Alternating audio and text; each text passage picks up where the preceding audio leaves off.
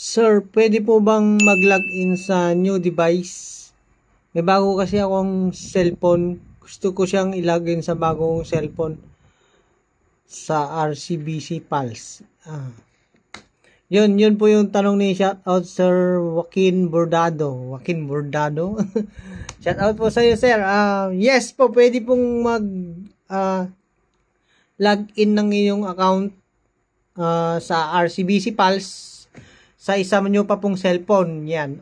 Okay lang po yun, sir, kasi hawak nyo naman po yung cellphone number na kung saan ay mag-send po si RCBC ng OTP para sa pag-login nyo ng new device. Tapos, i-register nyo na naman po yung mobile device na yon. Yan.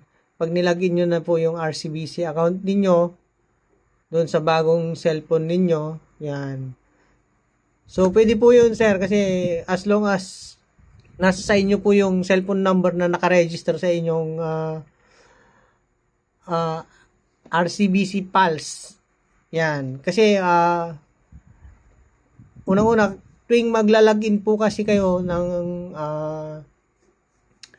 account nyo sa RCBC Pulse, yan, or mag-transaction kayo, ay kailangan ng OTP gamit yung registered cellphone number nyo. Kasi kung hindi nyo po hawak yung registered cellphone number nyo, sir, yan, Sir Joaquin Bordado, hindi nyo po mai-input yung OTP na hinahanap ni RCBC sa pag-login or pag-transaction sa inyong RCBC account. So, okay lang po yun, sir, sa tanong ninyo na, pwede nyo pong ilagin yun, sir. Ang pagkakaalam ko, kapag nailagin nyo na siya sa bagong yung, sa bagong yung cellphone o bagong device, malalag out na siya sa kabila. Parang ganun po yung, na-encounter ko. So, hindi lang natin sure, sir, kasi, ang alam ko kasi one device one user account. Parang ganoon po siya. Sa isang device mo lang siya mailalagin. Pag naglagin ka sa panibago, malalag out na po yung account nyo sa lumang cellphone niyo. Parang ganoon po. Pero okay lang po yun kahit pag ilipat nyo rin ulit sa kabila. Okay lang yun, sir, kasi yun nga po, hawak ninyo yung inyong mobile number na nakaregister sa inyong account. Yun po. Tapos po, yung iba kasi po, nagkakaroon sila ng pagka lagi nila sa bagong device o bagong cellphone, ay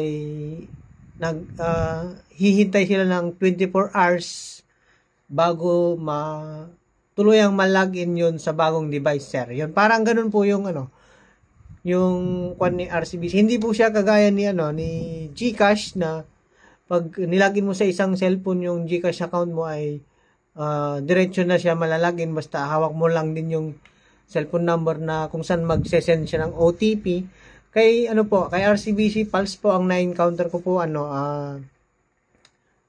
pagka-login mo, pagka-register mo yung device, ganun, may OTP, mag-aantay ka pa ng 24 hours bago mo siya mabuksan yung account mo sa bagong cellphone mo or bagong device na paglalag-inan mo, sir. Yun. Ako nakatulong tong video na to sa inyo. Yun. At syempre, wag niyo pong kakalimutan like, share, and subscribe po sa ating munting channel. Yun. Thank you po. Thank you.